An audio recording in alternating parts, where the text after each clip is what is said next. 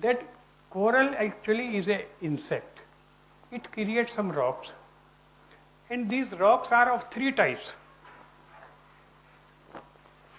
These formations are of three types: fringing reef,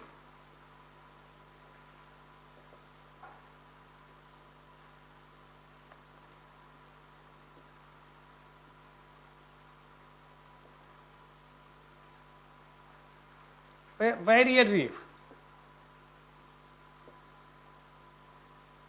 and atolls.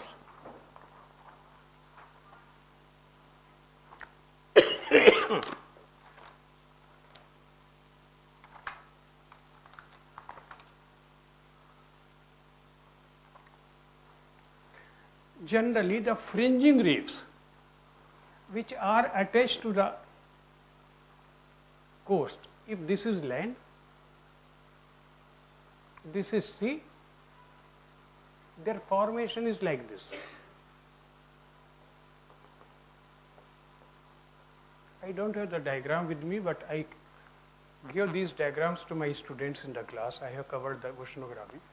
So if a wave is coming from that side, it is an obstacle. The waves will climb here. Then it becomes a high energy coast. Then more and more waves will be piling up. So on a fringing reef, the waves are generally high energy. But if there is an atoll has ring shaped.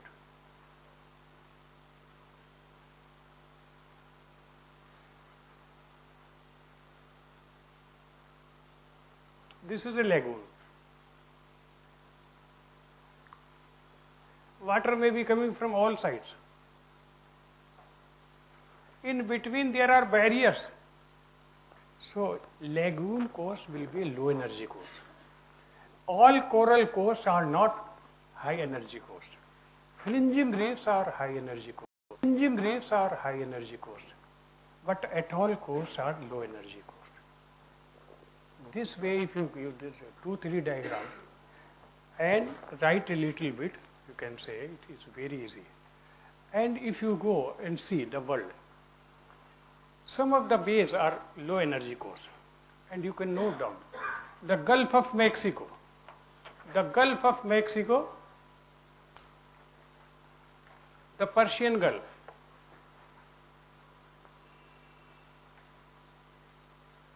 the Yellow Sea, Baltic Sea, Bay of Hudson, Bay of Hudson, they are low energy coast. But the Chile coast, Peru coast,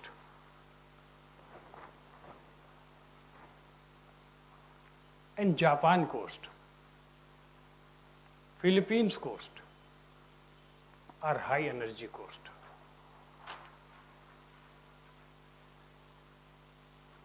And if we are not in a position to give the diagrams of fringing reef, barrier reef, and atolls, give this diagram of Great Barrier Reef.